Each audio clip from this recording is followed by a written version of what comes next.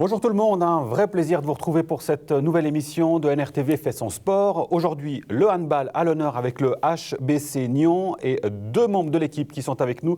Alexandre Ramel, salut Alexandre, joueur de la première équipe, et Raphaël Gay, salut Raphaël, responsable technique, responsable du mouvement junior, accessoirement aussi entraîneur avec les juniors. Ils ont la patate et le sourire, c'est normal, ils ont fêté leur titre de champion le week-end dernier, on y revient tout à l'heure. Avec nous aussi Pierre-Alain Frossard. Bonjour Pierre-Alain. Bonjour. Responsable des sports à la ville de Nyon. On reviendra avec toi sur l'opération La Suisse bouge qui débute ce week-end, le 6 mai, jusqu'au 13 mai à Nyon notamment. Et puis avec nous aussi Eusebio Beuchamp. Bonjour Eusebio. Bonjour. Ultra-marathonien, tu viens de sortir d'une course en Grèce, c'est pour ça que tu as le teint un peu allé, tu as pris des couleurs. Arrivé première de cette course, attention je vous préviens, ça va déménager, il va nous dire combien de kilomètres il a couru. 255 km. Waouh, voilà, 255 km, une cinquantaine de coureurs. Une cinquantaine de coureurs, 14 ans arrivés environ. Et donc, je l'ai parcouru en 36 heures et 33 minutes. Évidemment, sans dormir. Sans dormir. Voilà, si on se demandait ce que c'est qu'un ultramarathonien, en gros, c'est un fou furieux. Ouais, oui, si on veut. Ça dépend pour qui, oui. Qu'est-ce qui te pousse à courir autant et comment tu tiens finalement ? Pour moi, actuellement, c'est une nécessité, c'est pour la santé, c'est pour le bien-être, et voilà. Bon, on pourrait te dire qu'avec tant de kilomètres parcourus, c'est pas n'importe qui peut le faire naturellement, ça peut même être dangereux, on l'imagine. Non, jusqu'à maintenant, au contraire, pour ce qui me concerne, ça m'a amené à ma guérison, à contribuer à ma guérison du cancer. La course à pied, le fait que tu puisses te donner autant, et on verra d'ailleurs justement que tu vas mener, on y reviendra tout à l'heure, une course justement pour la lutte contre le cancer, on y reviendra dans quelques instants. Tu vas débuter d'ailleurs, c'est le 29 mai, 1300 km en Suisse, on en parle tout à l'heure. Mais avant cela, le handball, je le disais avec cette victoire du HBC Nyon, Alexandre y était justement le week-end dernier contre Servette, c'était un beau match. C'était un beau match qu'on a pris sérieusement depuis le début. Et on a eu la motivation dès le début d'y arriver à la fin. Il nous restait 60 minutes pour avoir le titre. Et puis on l'a eu comme il fallait. Alors il y a le titre de champion, c'est une chose. Mais Raphaël aussi, surtout la promotion en Première Ligue. Oui, exactement. Ouais. C'était l'objectif qui était annoncé au début de la saison. Et que la première équipe a joliment... a rempli comme objectif. Et donc, avec une seule défaite au comptoir, finalement, à la fin de la saison. Et on imagine pour les juniors que tu coaches, c'est des étoiles plein les yeux par rapport à la première équipe. Ouais, c'était chouette de voir qu'à chaque match aussi, beaucoup de juniors qui viennent à chaque fois, qui viennent soutenir.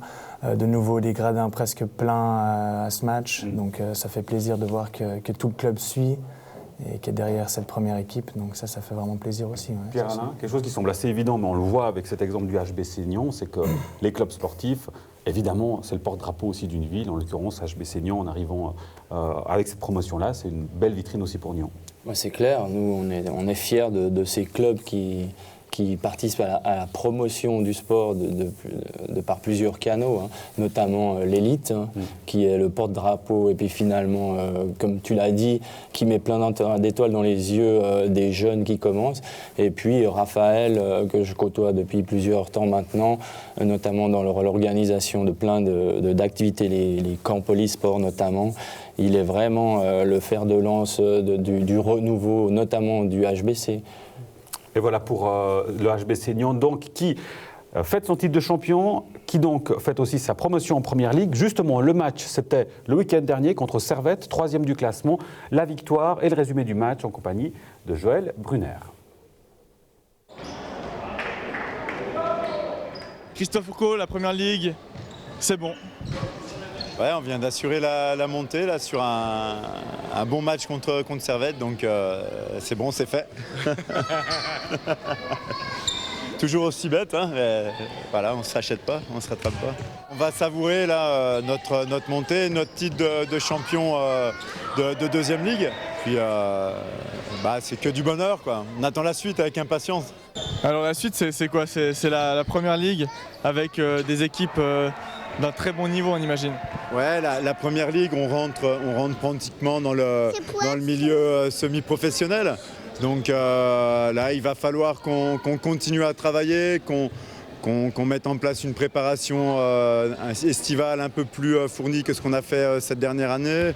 Et puis il va falloir aussi qu'on conserve le maximum de joueurs et puis peut-être aussi éventuellement de se renforcer pour tenir la route.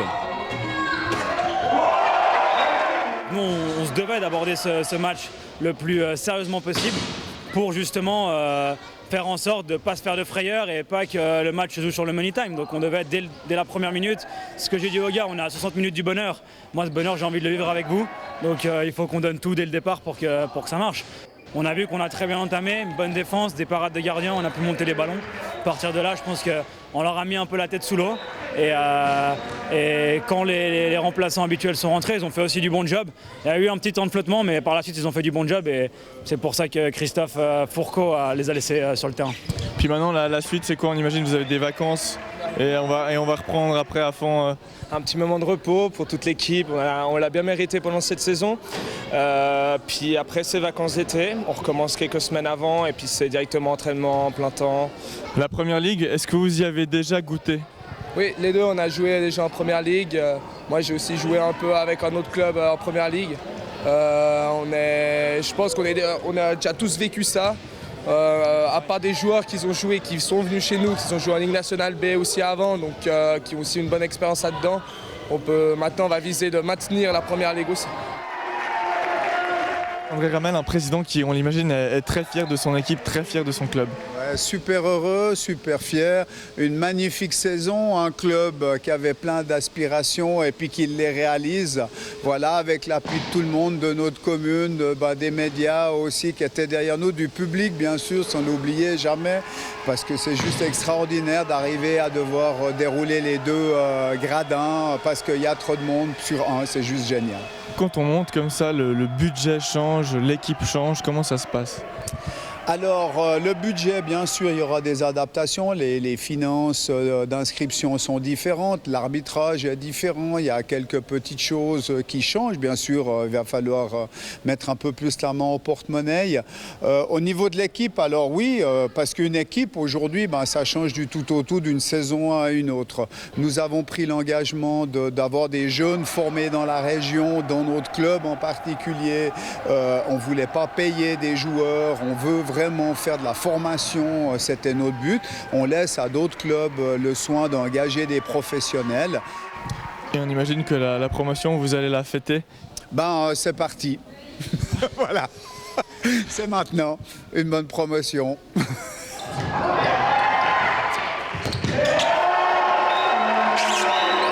Pourquoi ? Dis bravo, Oignon. Bravo. Allez. C'est quoi ? Let's go, Oignon. C'est quoi ça ? Let's go Nyon, c'est beau, une équipe qui gagne justement pour le HBC Nyon, on voit ce bonheur. Et puis, on l'a évoqué déjà la dernière fois en parlant du HBC, Raphaël, le public, ça a été dit par le président, durant toute la saison, le public était vraiment présent et ça, je pense que ça a joué quand même un rôle, ça joue forcément un rôle. Ouais, je pense qu'il faut plus demander à ceux qui étaient sur le terrain. Je demande à ceux qui étaient avec le public peut-être d'abord. Ouais, c'est sûr que c'est chouette d'avoir du monde, d'avoir de l'ambiance. On a eu la chance aussi d'avoir un speaker qui est venu à chaque fois et qui mettait aussi de l'ambiance et tout. Donc c'est sûr que cette ambiance, c'est sympa de la vivre. Ouais. Pour le directeur technique que tu es, qu'est-ce que ça change concrètement? Comment on se prépare pour cette promotion en Première Ligue?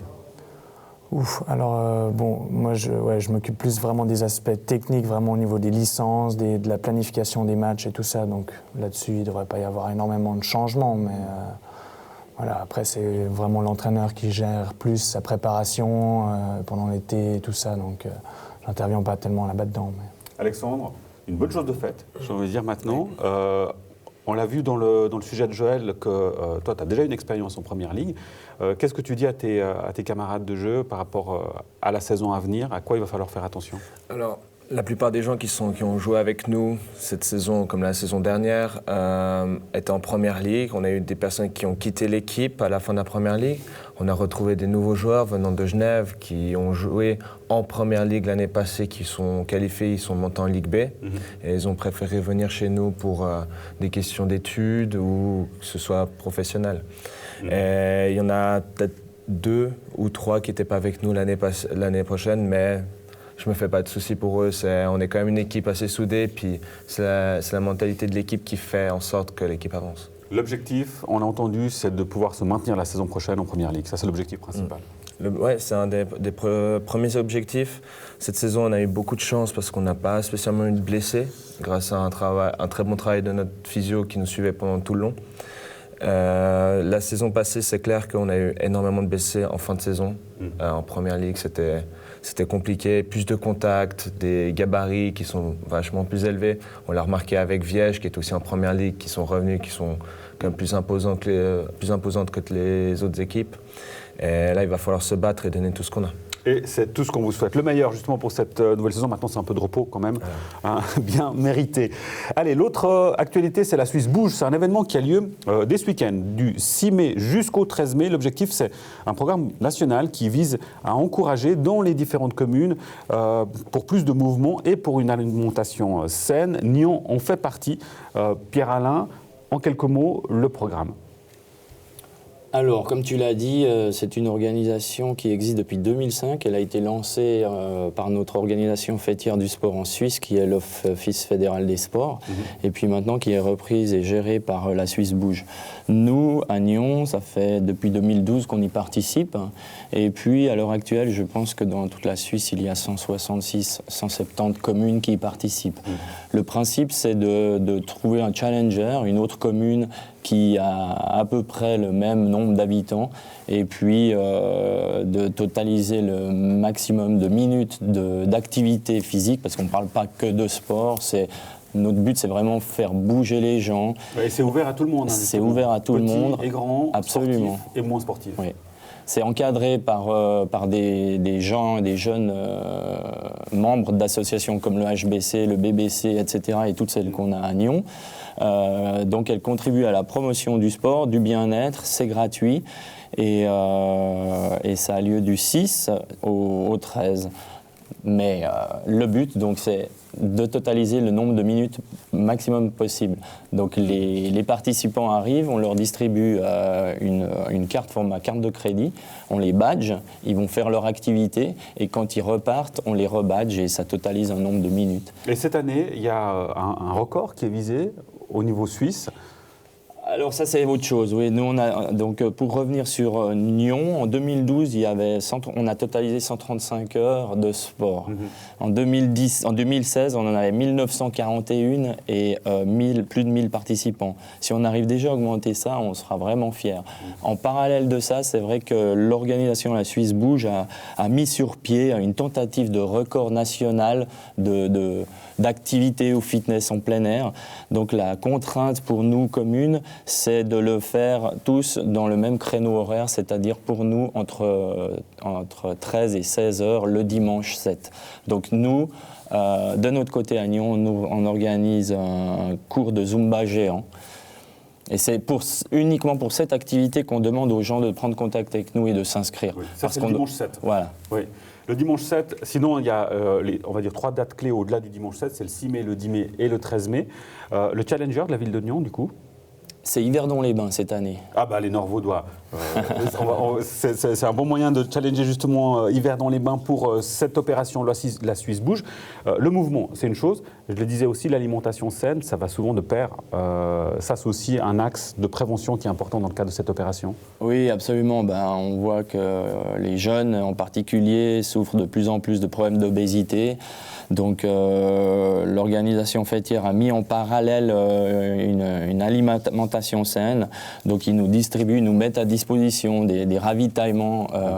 Mais il y a des communes qui font vraiment plus là-dedans, qui proposent des repas, etc., etc. Et nous, on en est pour l'instant aux activités. Et puis on ravitaille tous les sportifs, évidemment. Et il y en a un pour qui l'alimentation est extrêmement importante. Bon, c'est le cas en général pour tous les sportifs autour de cette table, évidemment, mais surtout pour Eusebio, tu me le disais tout à l'heure. Alors on l'imagine bien sûr pour un ultramarathonien qui va faire 255 km de course. C'est quelque chose qui est extrêmement important et même sensible dans le cadre de tes activités. Très très important. Donc moi je m'alimente tout qui est plutôt non aliment composé. Tout qui est alimentation composée, je ne touche pas. C'est-à-dire tout qui est pain, pâtes, charcuterie, gâteaux. Tu te refuses de faire plaisir en fait. Pourquoi non, je me fais très très plaisir. Avec quoi, par exemple? Mettons, avec un exemple, des patates douces, du manioc, du sarrasin. Voilà, donc déjà, puis tout ce qui est pommes, tout ce qui est gâteau, je peux même faire moi-même les gâteaux aux pommes et autres. Quand tu cours de si longue distance, tu m'as dit combien d'heures pour la Grèce? 36 heures et 33 minutes. Alors, comment tu te nourris durant ces 36 heures? Alors, durant ces 36 heures, on a des checkpoints entre 6 et 15 km environ. Il y a des tables. Sur ces tables, il y a des pommes, des poires, des salés. Et je me nourris là-dedans. Et de temps en temps, j'ai une petite barre énergétique bio, donc qui est vraiment, qui n'a pas d'additifs et autres. Vraiment, zéro, c'est zéro.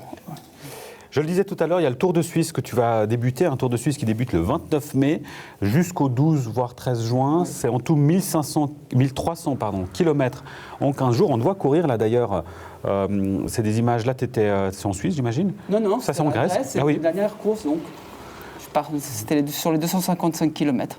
On est un peu seul comme ça là? Très souvent seul, pratiquement seul. Mais là ça te permet aussi d'avoir une vraie concentration sur toi-même. Puis, c'est moins stressant, je préfère. Ouais. Mais bon, des fois on n'a pas le choix. Oui, alors évidemment, forcément, on l'imagine. Ce Tour de Suisse, c'est tu cours en faveur des familles précarisées par le cancer. En fait, c'est pour soutenir les familles atteintes du cancer, exactement, car les traitements du cancer sont souvent longs et douloureux. Et mis à part ça, il faut trouver des moyens parce qu'il y a des frais qui sont reliés à la maladie. Et puis on n'a pas toujours ces frais. Non, on n'a pas toujours en fait ces moyens de payer ces traitements. Donc je vais faire le maximum pour récolter ces fonds. Avec des sponsors qui te soutiennent pour cette course. On l'évoquait tout à l'heure hors caméra, c'est évidemment dans ton secteur d'activité, mais en général aussi dans beaucoup de sports, c'est très difficile de pouvoir trouver du financement. Ouais. Très, très, très difficile. Même dernièrement, j'ai eu un refus d'une société pharmaceutique, pourtant qu'elle fabrique des médicaments contre le cancer de la prostate. Je le dis bien parce que je trouve un peu ça aberrant, quoi, qui ne donnent pas un petit coup de main justement là-dessus. Et puis c'est toujours les petits qui doivent nous aider du genre concernant l'alimentation, c'est énergie, performance sport. Et puis produits de sécurité qui mettent à disposition donc la caravane. Et puis un petit bouton d'alarme qui s'il m'arrive quelque chose, qui puisse que je puisse être en fait secouru. Tu t'attends à des petits bobos quand même? Je m'attends, oui. C'est clair, des tendines et autres, c'est clair que je m'attends. Ça va pas être très facile, hein. On l'imagine. Alexandre, un petit ultramarathon, ça te dirait? Non, vraiment pas. C'est pas ton truc? J'aime beaucoup les sports d'équipe. C'est vrai que j'aime bien courir en dehors, que ce soit faire de la course dans les parcours Vita ou autre chose. Mais courir sur une aussi grande distance, pour moi, c'est compliqué, on va dire. Pierre-Alain, quel est ton regard sur Eusebio, sur ses activités? Alors, Eusebio et moi, on se connaît depuis fort longtemps. Je pratiquais aussi le sport avant. Mais c'est vrai que là, il a pris des proportions... c'est plus qu'herculé. Hein. Pour moi, c'est juste incroyable. Il faut, je pense, avoir une force mentale incroyable parce qu'il faut être dans son truc. Comme il le disait, sur 255 km, je pense que 90% du temps, s'il est tout seul, il faut vraiment s'accrocher à son objectif. Hein. Ah ouais. Et puis pas de musique dans les oreilles, Eusebio. Seul avec toi-même, effectivement. Seul en moi-même. Ouais. Puis, voilà. Une dernière chose à signaler aussi, tu es le parrain du Tour de Vaud cycliste avec l'arrivée à Saint-Cergue le 27 mai. Et puis donc pour ce Tour de Suisse qui débute donc le 29 mai, j'imagine qu'on peut prendre contact avec toi pour te soutenir s'il y a des gens qui nous regardent et qui souhaiteraient te soutenir. Oui. Comment on fait? Simplement par Facebook ou simplement sous bochon@gmail.com. Bochon@gmail.com, tout simplement pour soutenir Eusebio. Merci beaucoup, Eusebio. Ce que je peux dire juste, que justement pour récolter des fonds, il y a la pâtisserie-boulangerie, le Petit Gourmand à Saint-Cergue, que pendant ma période, donc du 29 au 12 ou 13, voilà, il y aura des pains, il va vendre des pains pour récolter des fonds. Donc ces fonds vont être reversés à la Ligue vaudoise contre le cancer. Des pains Bochon à Saint-Cergue durant ces 2 semaines. Merci Eusebio. Bonne chance et bon courage du coup pour ta course. Pierre-Alain, la Suisse bouge, on le rappelle, 6 au 13 mai, avec donc ce week-end qui débute, et puis ce cours de Zumba géant dimanche, Absolument. 7 mai. Ça se passe où d'ailleurs? On l'a pas dit, à Nyon. À la Grande Jetée. À la Grande Jetée à Nyon. Et puis l'actualité du HBC Nyon, elle est derrière, en tout cas pour ce week-end. J'imagine que vous avez bien fait la fête quand même. Oui. Hein, donc repos maintenant, et puis tout de bon pour la saison qui arrive. Merci à vous pour votre fidélité. On se retrouve la semaine prochaine pour un nouveau numéro d'NRTV Fait son sport. À tout bientôt. Ciao.